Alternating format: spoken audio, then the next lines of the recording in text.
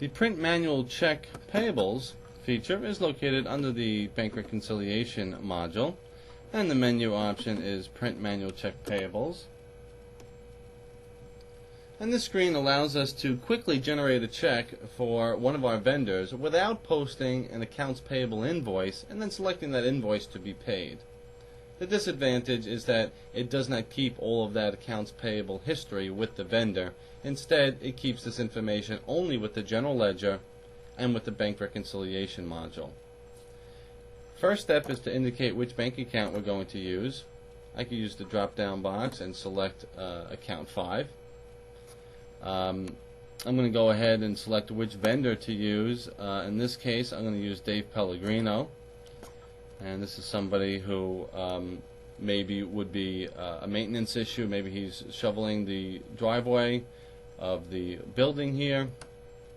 Whatever the reason may be, was choosing that vendor. We have the expense account that we would need to use. And in this instance, you'd want to pick an appropriate expense account.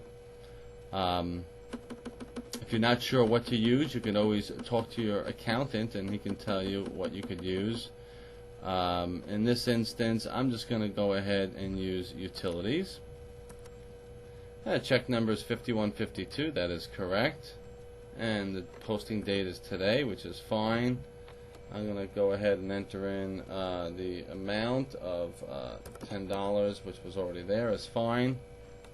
I'm going to go ahead and click print and save check. Now, if for some reason I've already printed the check, or rather I hand wrote the check, I would just click save check only and it won't print it.